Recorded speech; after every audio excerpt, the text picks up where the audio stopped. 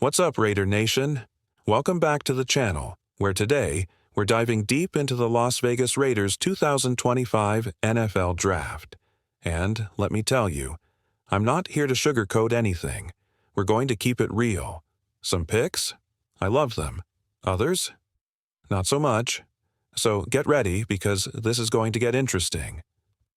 The Raiders made a bold move with their 6th overall pick, grabbing running back Ashton Gentry. And honestly, I'm all in on this choice. I don't care what people say about drafting a running back early. Ashton is different. He's explosive, powerful, and built to last. Sure, running backs usually don't have 12-year careers, but if Ashton gives us 7 to 8 strong seasons, that's a huge win. Imagine this. While some teams plan for the future, the Raiders are making a clear statement. We're here to win now. Ashton's college stats prove he can carry a heavy load, but smart coaching will keep him fresh and dangerous for years to come. I believe he'll be a top 10 running back as a rookie, and by year 3, he could be one of the best in the entire league. Before we get into the next big news, make sure you subscribe to the channel, hit that like button, and smash the bell icon so you never miss the latest Raiders updates. Let's move on to the next exciting story. Now, after picking Ashton Gentry, things got even more interesting. With the 58th pick, the Raiders selected wide receiver Jack Beck. Here's what happened. The Raiders originally had the 38th pick, but they traded down twice, picking up extra 3rd and 4th round picks in the process. Smart moves, right? Jack Beck isn't the flashiest receiver. He's not the fastest or most athletic guy on the field. But guess what? He doesn't have to be. Like Cooper Kupp and Puka Nacua, Beck wins by running clean, sharp routes and beating defenders with skill, not just speed. He's tough, reliable, and will fit right into the Raiders' offense. Honestly, if it were up to me, I might have gone with a different wide receiver at that spot. Maybe someone like Luther Burden or Kyle Williams, who were still available. But hey, Jack Beck has serious upside, and sometimes it's about finding the right player for the right system. And trust me, the Raiders have a plan. Let's keep it real, Raider Nation. When it comes to wide receivers, I'm no professional scout, but I can tell you this. Jack Beck, the wideout we picked, shows real promise. He's got talent. He's got potential. But here's the thing. He needs to be better than Jakobi Meyers. If Jack doesn't turn into a 1,000-yard receiver by his 3rd or 4th season, this pick will feel like a big miss. The Raiders clearly saw something special in him. Our front office, especially John Spytek, wouldn't have made this move unless they believed Jack could grow into a key weapon for us. And hey, dominating the Senior Bowl the way Jack did? That's no small thing. He didn't just look good in practice. He showed up when it mattered most, during the real game. That matters. Still, I'm keeping my expectations in check. I'm just giving you my honest opinion. I'm not always right. No one is. But when you followed football long enough, you trust your gut. Now, some might say, you're just a content creator. What do you know compared to NFL decision-makers? And that's fair. But don't forget, ever since Al Davis passed away in 2011, the Raiders have gone through 5 or 6 general managers. That's a lot of turnover for one reason: bad decisions. Meanwhile, look at teams like the Ravens. They've had steady leadership for decades, and they consistently make smart draft choices. For example, after we picked Jack Beck, the Ravens took Mike Green, an absolute monster off the edge. Sure, there were character concerns, but talented players like Jalen Carter and Tyree Wilson had questions too. Great organizations like the Eagles and Ravens know how to take chances on big talent and manage it the right way. It's not just Mike Green either. Teams like the Bills also crush the draft. They grabbed guys like Landon Jackson and Deion Walker, 2 players I was hoping the Raiders would snag. Even late in the draft, they found gold. The Eagles picked Ty Robinson, a defensive tackle I believe could become a 10-year starter. Meanwhile, we picked 2 defensive tackles later on. And honestly, Ty Robinson looks better than both of them right now. The truth is simple. Smart drafting builds champions. And Raider Nation deserves a team that drafts smart, plays hard, and brings greatness back to Vegas. When you look at the Raiders draft this year, there's one pick that really feels like it could change the future: Darien Porter. Now, I'll be honest, in past years, the Raiders' draft decisions haven't exactly blown anyone away. Remember the 2023 draft? That might go down as one of the roughest in Raiders history. Outside of maybe Jacorian Bennett, who's shown flashes of upside, most of those picks already look like they'll be replaced. And while there was hope for guys like Trey Tucker, the truth is, we needed to hit big this time around. That's why Darien Porter gives Raider Nation something real to believe in. The more tape you watch, the more obvious it becomes. This guy can flat out play. Standing at 6 feet 3 inches with arms longer than most starting NFL tackles, Porter has the physical tools that scream superstar. He runs a blazing 4.3-second 40-yard dash, and it shows up on the field. He's not just fast, he's smooth. His ability to flip his hips and change direction is rare, especially for a corner his size. Most tall corners struggle to stay fluid. Not Porter. He's different. Sure, some reports claim he's only a strong zone corner, but honestly, watch the film yourself. This guy can handle man coverage just fine. He's got quick feet, natural instincts, and an elite recovery burst. Things you just can't teach. For a Raiders defense that's shifting toward a more zone-heavy scheme, Porter could step into a starting role faster than people expect. And when you pair him with players like Jacorian Bennett, even though Bennett's a bit smaller, you start to see a new identity forming in our secondary. Faster, longer, and way more dangerous. This was exactly the kind of smart, high-upside move Las Vegas needed to make. Darien Porter isn't just a name to remember. He could be a future star wearing the silver and black. The Raiders made back-to-back offensive line picks in the 3rd round. And while not everyone's talking about them yet, they absolutely should be. Let's start with Charles Grant, because this guy might just become a name every Raiders fan knows. Grant stands 6 feet 5 inches with 34-inch arms, and from a size standpoint, he checks every box for a starting NFL tackle. What's even more impressive is how he moves. On tape, he explodes out of his stance, sometimes looking too fast for the level of competition he faced at William & Mary. That speed? It isn't a fluke. At a pre-draft workout, Grant ran one of the fastest agility drills ever recorded for an offensive lineman. His numbers were right up there with elite names like Lane Johnson and Penei Sewell. That kind of burst is rare, and when you're talking about offensive tackles, it's priceless. Now, don't get it twisted. Grant isn't ready to start from day one. He still needs development, especially adjusting to the NFL's speed and strength. But in the Raiders system under Chip Kelly, which favors quick, athletic linemen, Grant could be a perfect long-term fit. And here's where things get interesting. While some may wonder if he's being groomed to replace Colton Miller, the more likely scenario is that he's here to challenge DJ Glaze. Glaze, although more athletic than past options like Thayer Munford, hasn't shown the burst or flexibility needed in a wide zone system.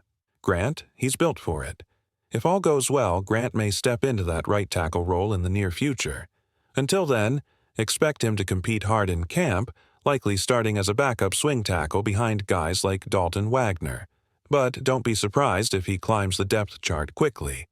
The Raiders didn't just pick for need here, they took a swing on elite upside. Charles Grant has the tools, the speed, and the toughness to make an impact. And if he puts it all together, the Silver and Black might have found a future starter without using a first-round pick. The Raiders may have found 2 offensive linemen with totally different skill sets, but both could make a serious impact. Let's talk about Caleb Rogers.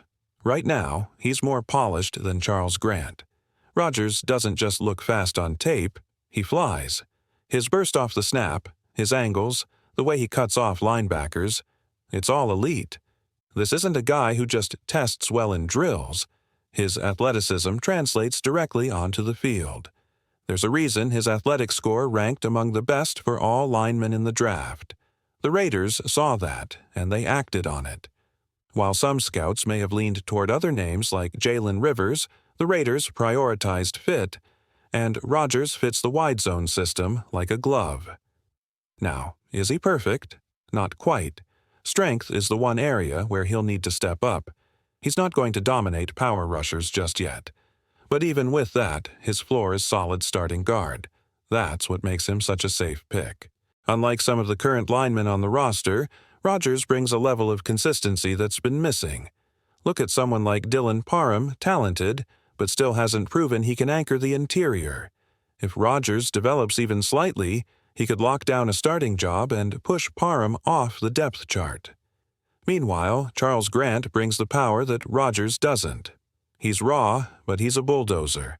The plan is clear. Develop Rodgers at guard, groom Grant at tackle, and see how the line takes shape in camp. And here's the wild card. If DJ Glaze finally lives up to his potential, the starting tackle spots may already be locked down. That could shift Grant inside in year 2, possibly to replace Parham. If that happens, Grant could thrive as a guard too, thanks to his raw strength and quick feet. At the end of the day, these picks weren't just about the present. They were about building flexibility and long-term dominance up front. Rodgers has the speed, Grant has the power, and together, they might just form the next great wall in silver and black. The Raiders made an interesting move by adding another speedster in Dante Thornton Jr., and it's got people asking, why replace one fast receiver with another? But maybe that's the wrong question.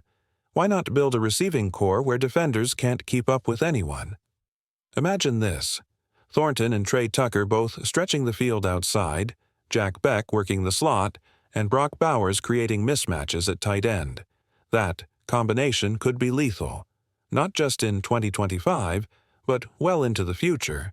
Especially if Jacoby Myers isn't retained after his contract year, this youth movement could take over completely.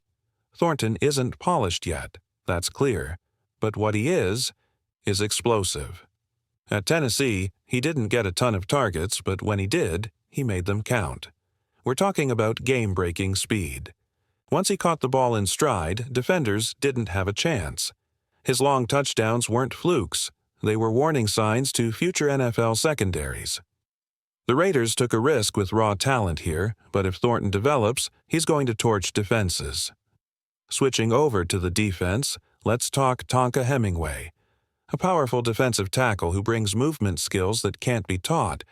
He's not the most refined run stopper yet, and there are reps on tape where stronger linemen get the better of him. But the Raiders aren't expecting him to be a finished product from day one. They're expecting him to learn behind guys like Christian Wilkins and Adam Butler. And that's the key. Hemingway looks like Butler's eventual successor.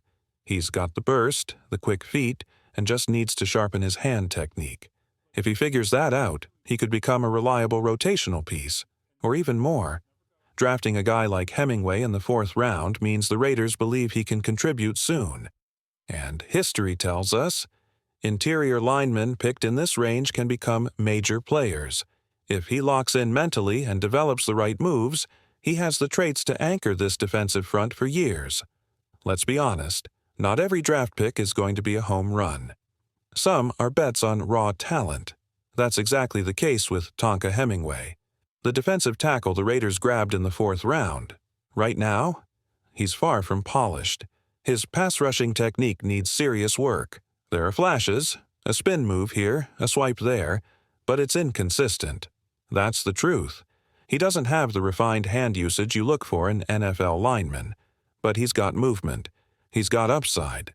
The Raiders clearly believe that with a few years behind veterans like Christian Wilkins, Hemingway could eventually become something. Still, history has shown that if a defensive lineman doesn't flash strong hand skills early in their career, they often struggle to catch up. We've seen that story before, with players who came in athletic but never developed the technical side. This pick? It's a wait-and-see situation. Now, let's move to the 6th round, where things get even more experimental. The Raiders took a swing on J.J. Pegues, a big-bodied player out of Ole Miss. Pegues has played everywhere on the line: edge, nose tackle, 3-tech, even lining up at fullback in college. But here's the thing. While he's done a bit of everything, he hasn't dominated in any single spot. Yes, he's versatile, but so far that hasn't translated to being consistently disruptive. His pass rush skills are limited, and he struggles to anchor in the run game. Still, the Raiders must have seen something, maybe in his snaps as a 3 technique, that gives them hope. It's a 6th-round gamble, and at that stage, you're looking for hidden potential. Then came 2 more fascinating picks at quarterback. Tommy Mellet, out of Montana State, isn't your typical QB pick. The Raiders likely won't even keep him as a quarterback. He's a strong athlete with great mobility and quickness. This could be a conversion project into a wide receiver. He's got the speed. He's got the instincts. He might just surprise people down the road. And finally, there's Cam Miller from North Dakota State. He's an athlete. He's explosive. And while he's not projected to be a precision passer right away, he's the kind of dual-threat quarterback who could cause problems if developed the right way. He's not Carson Wentz. He's not Trey Lance. But the Raiders didn't use a high draft pick on him. They took a low-risk shot in the 6th round. If he can grow into the system and improve his accuracy, Miller could become an exciting piece in this offense. Maybe not today, but maybe, in 2 years, he's making plays in silver and black. Let's talk about the final stretch of the Raiders' draft, and trust me, there's one name here that could end up being a massive steal. Starting with Cam Miller, the 6th-round quarterback with a cannon of an arm. This guy can push the ball 50 or 60 yards downfield without breaking a sweat. Maybe he ends up as a future backup. Or maybe, just maybe, the Raiders find a deep ball threat in someone like Dante Thornton, and suddenly this offense becomes explosive. Time will tell. 6th-rounders are rarely expected to shine immediately, but this one is worth keeping an eye on. Now let's shift to the pick that really got my attention. Cody Lindenberg, linebacker from Minnesota, taken in the 7th round. This one? Absolutely loved it. Lindenberg is one of those players who jumps off the tape. He reads the field like a veteran, diagnoses plays before they unfold, and takes away passing lanes with incredible instincts. This guy doesn't just react, he anticipates. You can tell he's a student of the game. Physically, he's built solid. 6 feet 2 inches, nearly 33-inch arms, 236 pounds, and moves surprisingly well for his size. He might not be the kind of linebacker who bulldozes blockers or delivers highlight reel hits, but that's not his game. He's surgical. He knows where to be and, more importantly, when to be there. Some might say he lacks physical dominance at the point of attack, and that's fair. He's not going to drive through an offensive lineman, but that doesn't mean he can't be effective, especially in today's NFL, where intelligence, positioning, and quick decision-making often matter more than brute force. Think about it. Most NFL defenses face around 70 plays a game. Not all of them are created equal. It's the third downs that decide games. 3rd and 2. 3rd and 8. Can your linebacker cover a tight end? Can he fill a gap fast enough? Cody Lindenberg? He gives you a real chance in those moments. When you grade this draft class, especially from Tonka Hemingway onward, this pick stands out. The rest of the late-round guys have question marks, but Lindenberg feels like a true value pick. If he earns a starting role down the line, nobody will be surprised.